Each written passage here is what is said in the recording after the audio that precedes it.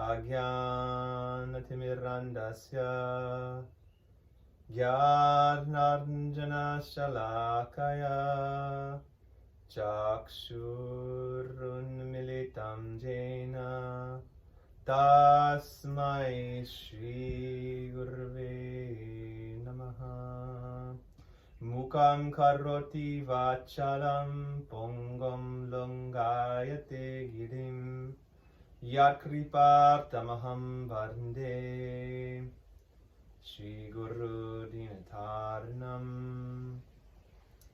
Namo Vishnu Paraya Radhikaya Priyatmane Shri Srimad Bhakti Vedanta Narayaniti Namine Namasreshtum Unmirpi Shachi Putram Matra Swarupam Rupam Tasya Grajam Murupurim Maturim Goshtavartim Radha Kurndam Girivaramaho Radhika Maravasam Prapto Yasya Pratita Kripaya Shri Gurum Tam Natosmi Varcha Kalpatarubhyascha Kripa Sindhubhyevacha Patitarnam Pavanebhyo Vaishnavebhyo Namo Namaha.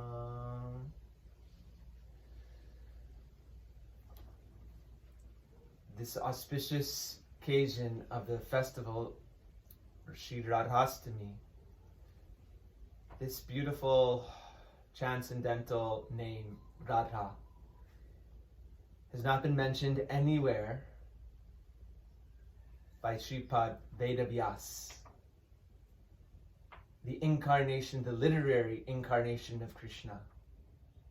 When the Lord sends his mercy into this world because of a decline in religious practices, he states, Yada yada hi dharmasya glarnir bharati bhavata abhyutanam adharmasya tadartmanam srijamyaham. Whenever and wherever there is a decline in the religion amongst the people, I myself advent. His Divine Grace Srila A.C. Bhaktivedanta Swami Maharaj has commented in his commentary in the Bhagavad Gita as it is to this verse that the Lord sends himself or his pure devotee, his representative, and this is called a Shakti-avesh avatar. The avatars means one who descends, and the avatars of the Supreme Lord are explained to be the direct manifestation of the Lord himself, and the Lord's mercy for the people of the world to bring up the principles of religion for the entire world, the true religion, the religion that is based on what the Lord himself has explained. For also Bhaktivedanta Swami Maharaj has said only the Lord himself can establish the science of real religion, of religion itself. Those representatives are called Shakti-avesh avatars, and they are imbued with the potency of the Lord himself, all of the Lord's energy, to manifest the teachings. Through them, amazing things are done. Inconceivable, amazing, blessed things for the benefit of all of humanity. And one such of those Shakti-avesh avatars is Srila Vedavyas, who composed the transcendental Vedas, by which our understanding the transcendental science of the pure eternal religion of the soul, which is the devotion to the Supreme Being, Shri Krishna, has been delivered. And this is called the Srimad Bhagavatam. In the Srimad Bhagavatam, there is beautiful flowers of devotion in many different flavors. And ultimately, at the peak, is the devotion of Krishna in his own abode, in his own spiritual transcendental abode called Gokula or Goloka Vrindavan. In that abode, the relationships with the Supreme Being are themselves the spiritual sustenance for those whose hearts are attracted to serve the Lord, to their original relationship with the Supreme Being. By hearing those narrations, one's heart becomes automatically purified, and the narrations awaken inside of oneself the internal desire to attain the same moods as those transcendental associates.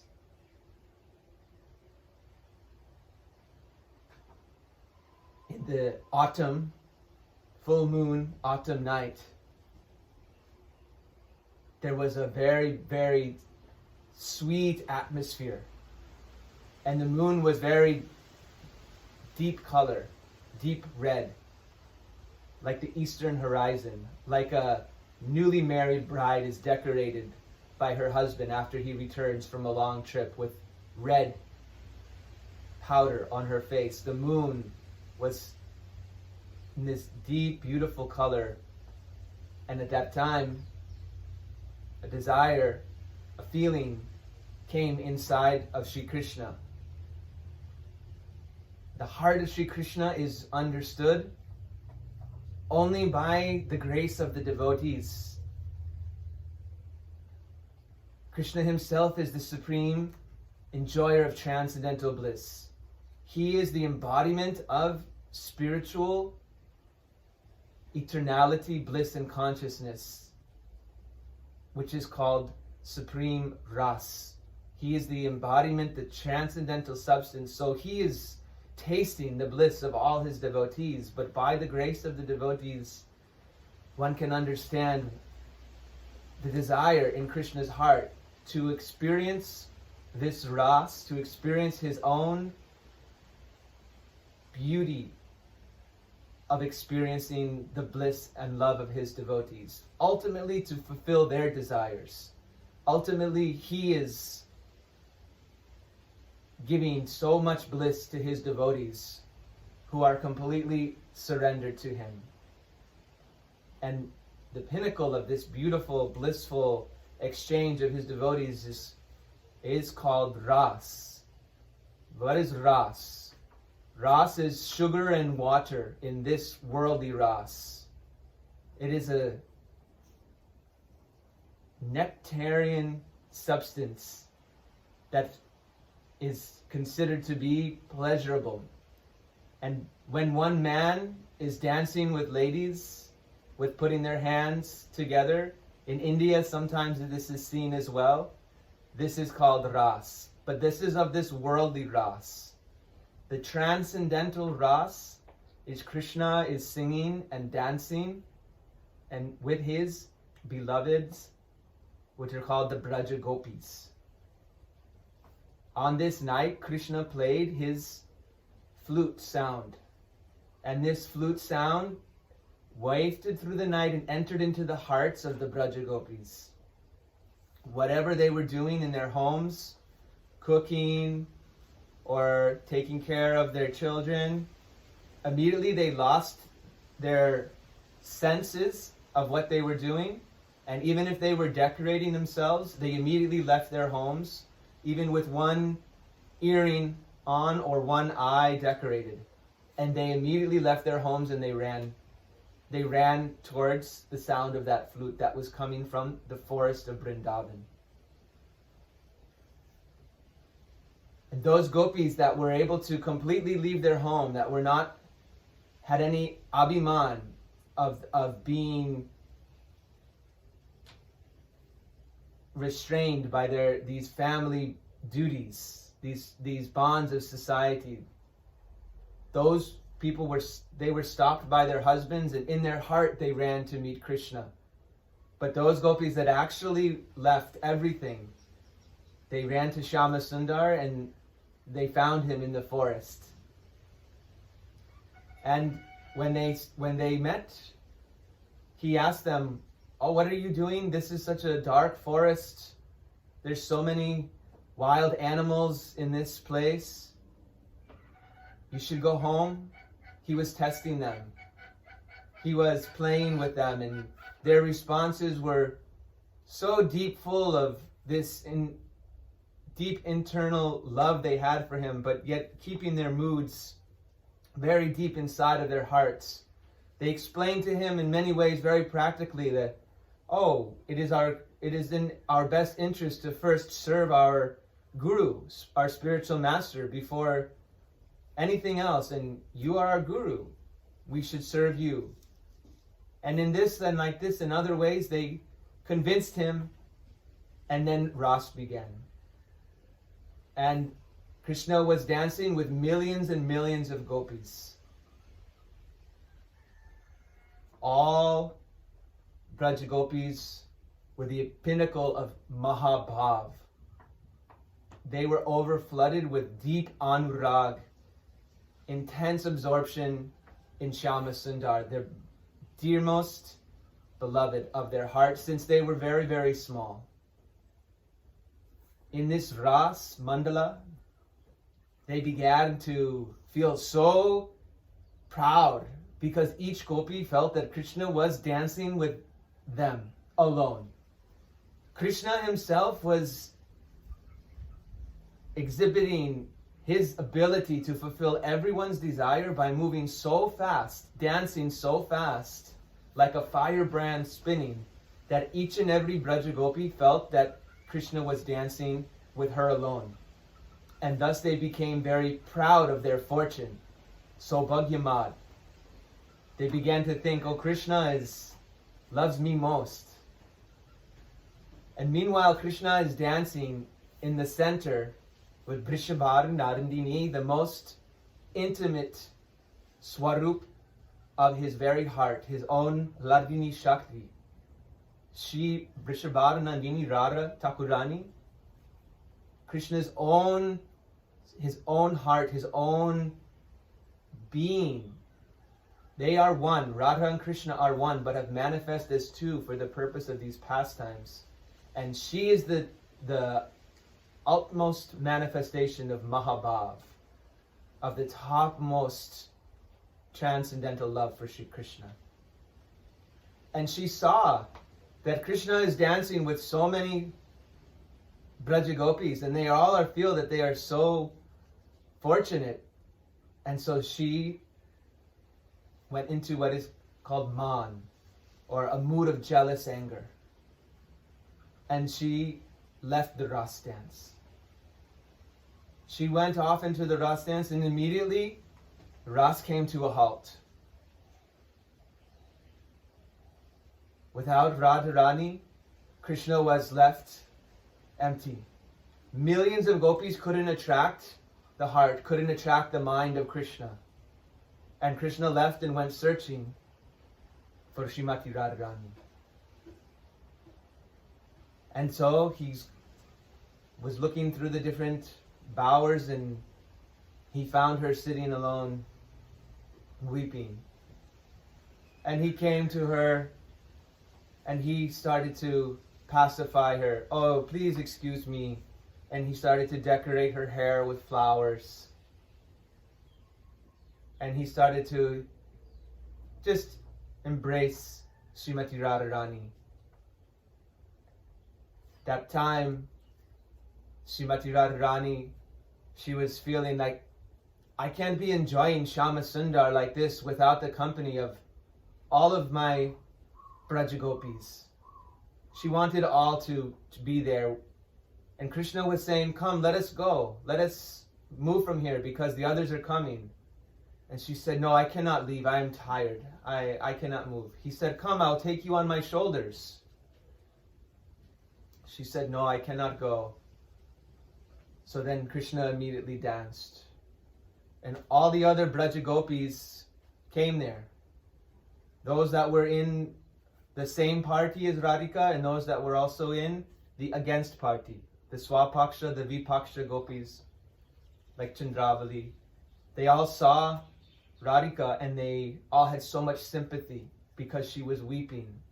Krishna had left her. And so they thought, what can we do? And then they thought, the way we can meet for sure is by Sankirtan. So they all returned to the bank of Jamuna, the river Jamuna, and they began to sing the deep songs of separation of their heart from Krishna. And that is called Gopi Geet. The gopis said, "O beloved, your birth in the land of Braj has made it exceedingly glorious. And thus Indira, the goddess of fortune, always resides here. It is only for your sake that we, your devoted servants, maintain our lives. We have been searching everywhere, so please show yourself to us.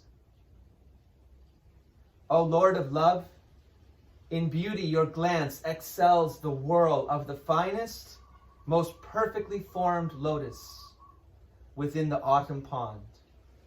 O bestower of benedictions, you are killing the maidservants who have given themselves to you freely without any price. Is this not murder? O greatest of personalities, you have repeatedly saved us from all kinds of danger, from poison water, from the terrible man-eater Aga, from the great rains, from the wind demon, from the fiery thunderbolt of Indra, from the bull demon, from the son of Mayadanava. You are not actually the son of the Gopi Yashoda, O friend, but rather the indwelling witness in the hearts of all embodied souls. Because Lord Brahma prayed for you to come and protect the universe, you have now appeared in the Satvata dynasty.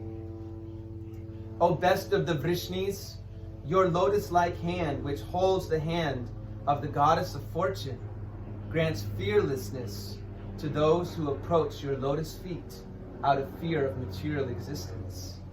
O lover, please place that wish-fulfilling lotus hand on our heads. O you who destroy the suffering of all of Braj's people, O hero of all women, your smile shatters the false pride of your devotees.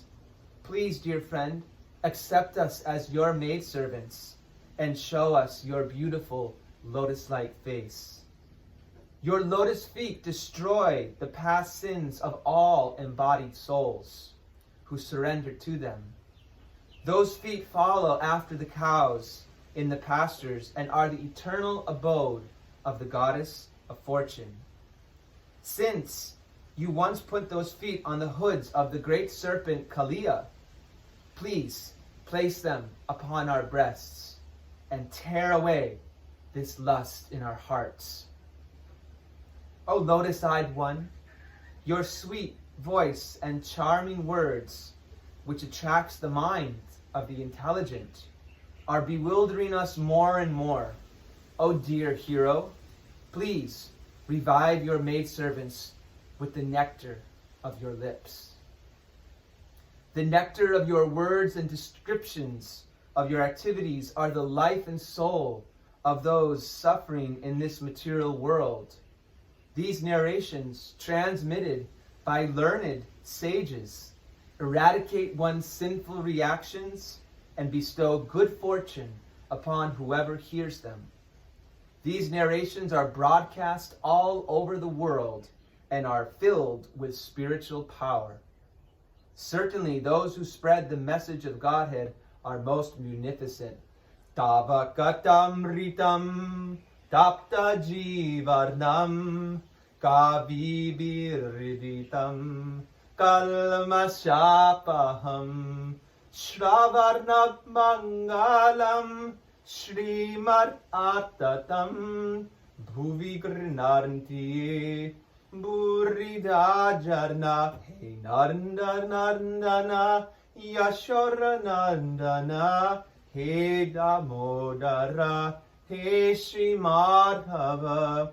Your smiles, your sweet, loving glances, the intimate pastimes and confidential talks we enjoyed with you, all these are auspicious to meditate upon, and they touch our hearts. But At the same time, O deliverer, they very much agitate our minds. Dear master, dear lover, when you leave the cowherd village to herd the cows, our minds are disturbed by the thought of your feet. More beautiful than the lotus will be pricked by the spikes of husks of grain and the rough grass and plants. At the end of the day, you repeatedly show us your lotus face, covered with dark blue locks of hair and thickly powdered with dust. Thus, O hero, you arouse lusty desires in our mind. Your lotus feet, which are worshipped by Lord Brahma, fulfill the desire of all those who bow down to them. They are the ornaments of the earth. They give the highest satisfaction, and in times of danger, they are the appropriate object of meditation. O lover, O destroyer of anxiety, please put those lotus feet upon our breasts. O hero, kindly distribute the nectar of your lips, which enhances conjugal pleasure and vanquishes grief. That nectar is thoroughly relished by your vibrating flute and makes people forget any other attachment. When you go off to the forest during the day, a tiny fraction of a second becomes like a millennium for us because we cannot see you. And even when we can eagerly look upon your beautiful lotus face, so lovely with its adornment of curly locks, our pleasure is hindered by our eyelids, which were fashioned by the foolish Creator. Dear Achyuta, you know very well why we have come here. Who but a cheater like you would abandon young women who come to see him in the middle of the night, enchanted by the loud song of his flute? Just to see you, we have completely rejected our husbands, children, ancestors, brothers, and other relatives. Our minds are repeatedly bewildered as we think of the intimate conversations we had with you in secret. Feel the rise of lust in our heart and remember your smiling face, your loving glances, your broad chest, the resting place of the goddess of fortune. Thus we experience the most severe hankering for you. O beloved, your all-auspicious appearance vanquishes the distress of those living in Braj's forest. Our minds long for your association. Please give us just a bit of that medicine which counteracts the disease in your devotees' hearts. O dearly beloved, your lotus feet are so soft that we place them gently on our breasts, fearing your feet will be hurt. Our life rests only in you. Our minds, therefore, are filled with anxiety that your tender feet might be wounded by pebbles as you roam about on the forest path. Upon hearing this, the gopis began to weep loudly, very eager to see Krishna. Then Lord Krishna appeared with a smile on his face, wearing a garland and a yellow garment. He directly appeared as one who can bewilder the mind of Cupid, who himself bewilders the mind of ordinary people. Tasmin avirabu chorihi smaya marna mukam bhuja pitambaradharashagi sakshat marnmartamarnmataham. Gauranga Mahaprabhu, who is Radha Krishna himself, in this deep meditation on Krishna, has himself relished these songs and has given all of his followers the beautiful mantra by which to remember these pastimes and to glorify Shri Krishna. Hare Krishna, Krishna Krishna, Hare Hare, Hare Ram, Ram Ram, Hare Hare.